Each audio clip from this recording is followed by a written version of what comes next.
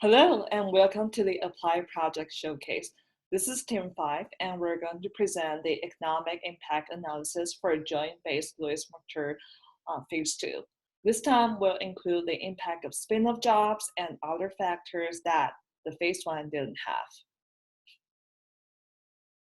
This is our team members. I'm Tina, previously working as a product owner in analytics at Audi, and now I'm looking for jobs. We have Jeffrey with background in data analytics and Mac in healthcare analytics and Justin in digital marketing. Both Mac and Justin are veterans. We also like to thank Dr. Margot, a UW-Tacoma faculty advisor that guided us all the way through the entire analysis. First, we're going to review the local business survey results. We made a survey and rolled out to collect the first-hand data, so we're going to look at that first. In addition to the survey, we also collected more data with the help from JBLM, so we'll look at the JBLM Regional Economic Impact Analysis results.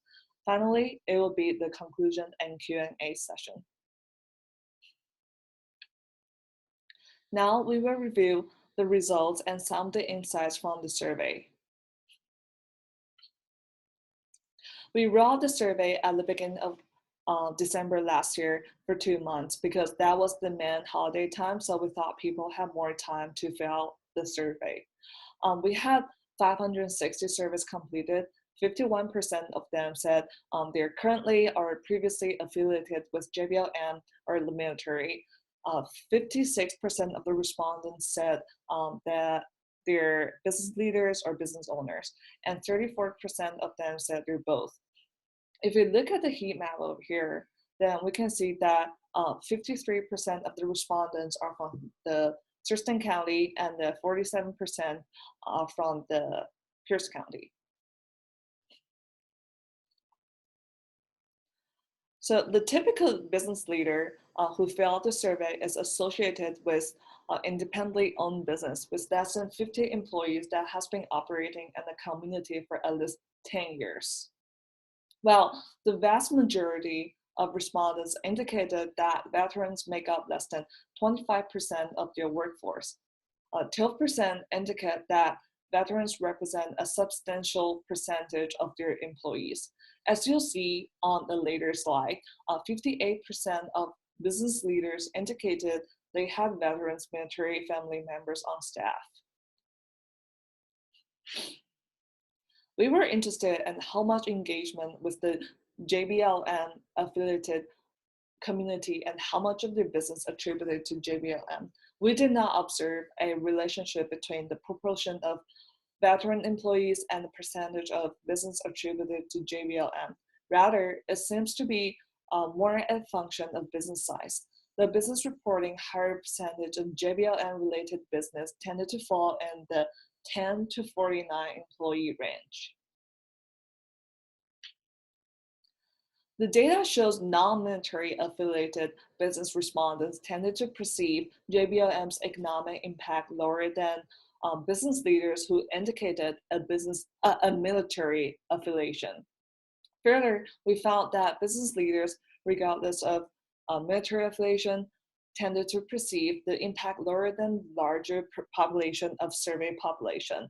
This points to a potential opportunity to work on our strategic messaging. So JBLM brings service members and your family to the PNW, and 75% of the respondents did not live in Pierce and Thurston County before their military affiliation. So when they come, they tend to stay. 70% self-report as homeowners. After they stay, they buy stuff, so they therefore generate local businesses. You can see the figures here.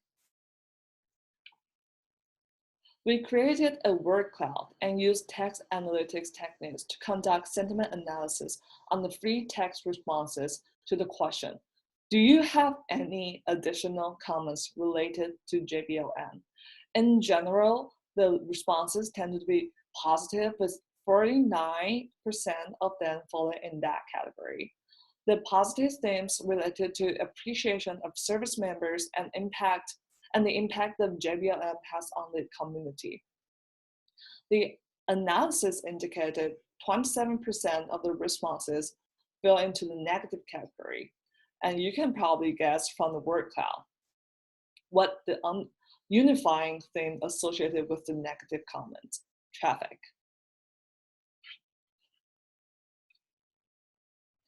In conclusion, we learned a lot from the business and community survey. Based on the survey responses, Pierce and Thurston counties have a vibrant, thriving community of small and mid-sized businesses that employ a lot of veterans, military family members.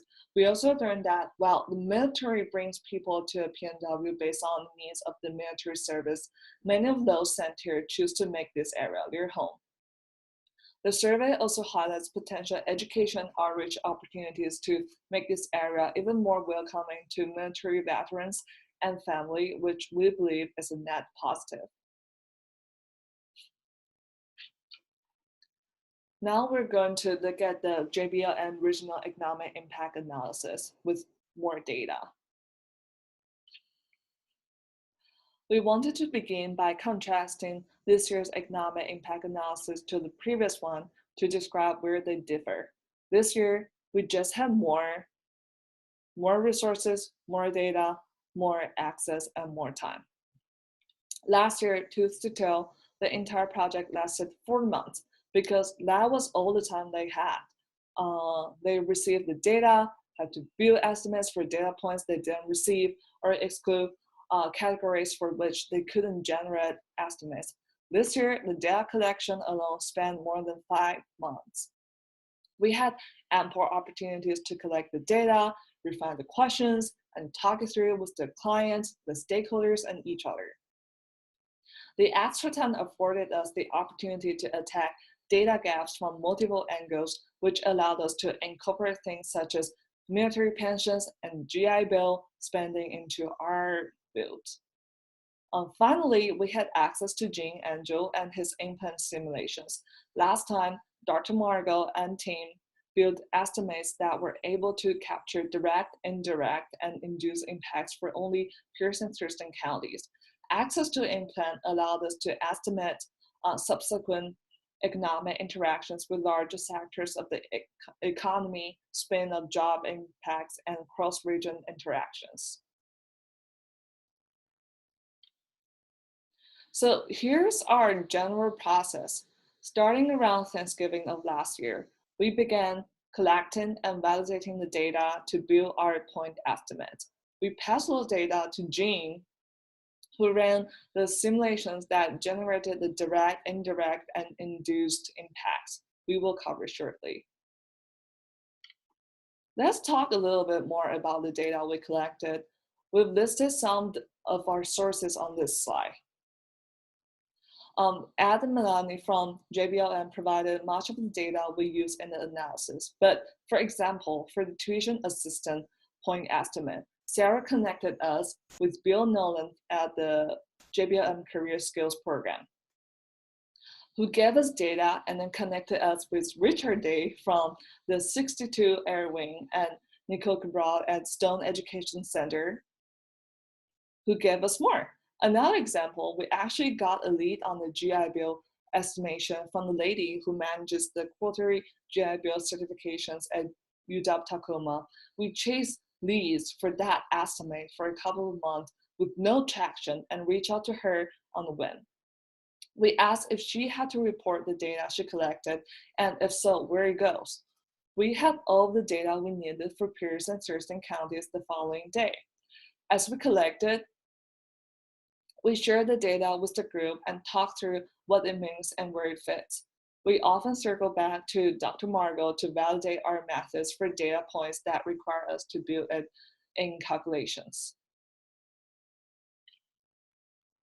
At the end of the April, we completed our point estimate builds, packaged it, and submitted it to Gene from the Thurston Economic Development Council.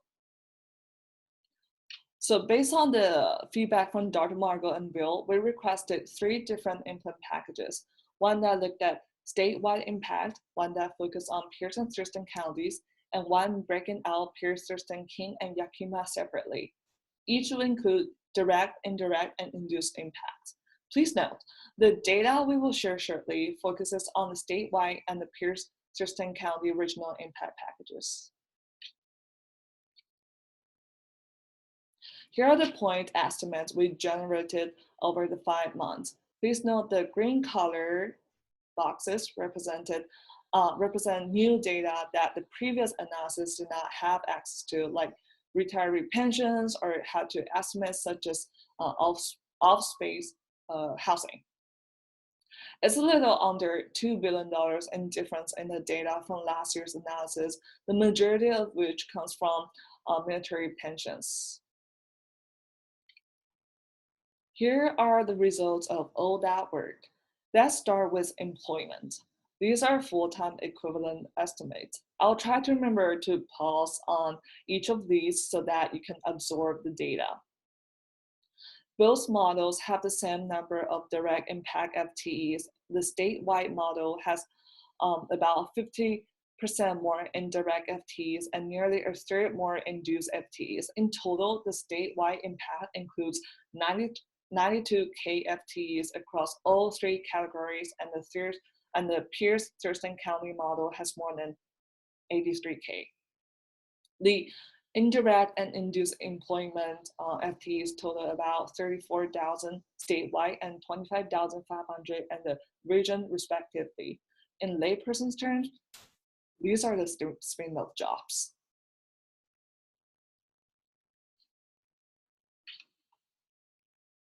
The FTEs presented in the previous slide translate into $8.83 billion in labor income at the state level.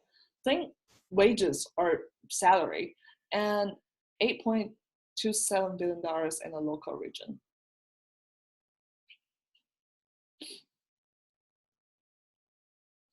The sum total gross impact of JBLM on the state of Washington represents approximately $13.9 billion. Focus only on Pierce and Thurston counties, we're still talking about $12.1 billion.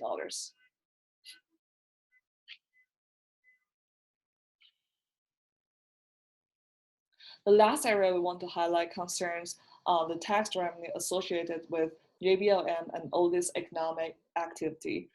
Nearly $1.9 billion in federal taxes and $485 million in state and local taxes. Even at the regional level, we're still talking over $2 billion in revenue to support government initiative at all levels.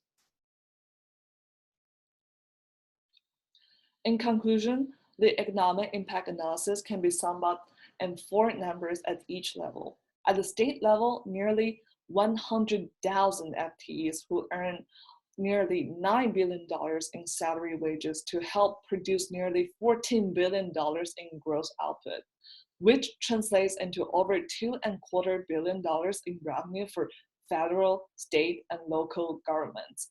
In Pierce and Thurston counties, we have over 83,000 FTEs earning over $8.2 billion to generate $12.1 billion in total economic impact and over $2 billion in tax revenue.